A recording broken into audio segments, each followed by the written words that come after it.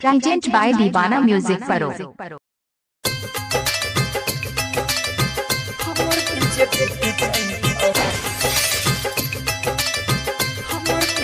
Present by दीवाना music furrow.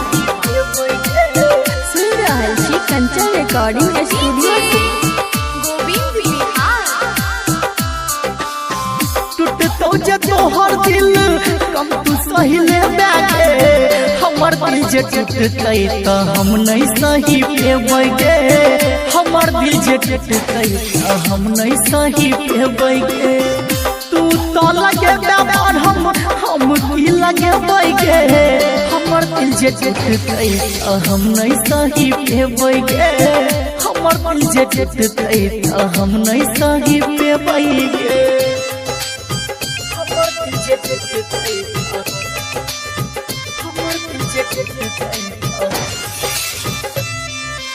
अभी आप सुन रहे हैं दीवाना म्यूजिक फरो की शानदार प्रस्तुति। केने छाजे वादा जहान अपन तू भूलै है गे। छोड़ के अपना पागल आके कहियो नहीं तू जई है गे। केने छाजे वादा जहान अपन तू भूलै है गे। छोड़ के अपना पागल आके कहियो नहीं तू जई है गे। नहीं तो दुनिया मारते जाना हम बतेबै गे। हमर दिल जे टूटतै त हम नहीं सही पेबै गे।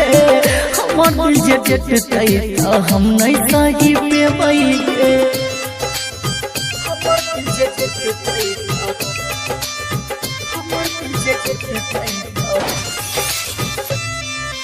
अभी आप सुन रहे हैं दीवाना म्यूजिक फरो की शानदार प्रस्तुति। राइटर बीकेसी के जान तोरे पर छै आस गे।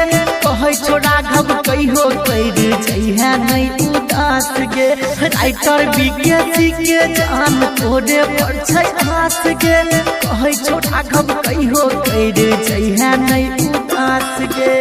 नहीं तो हम अब केसी के जवाब की देबै गे। हमर दिल जे टूटतै त हम नहीं सही पेबै गे। हमर दिल जे टूटतै त हम नहीं सही पेबै गे। टूटतो जे तोहर दिल कम तू सहिले बैठे। हमर दिल जे टूटतै त हम नहीं सही पेबै गे।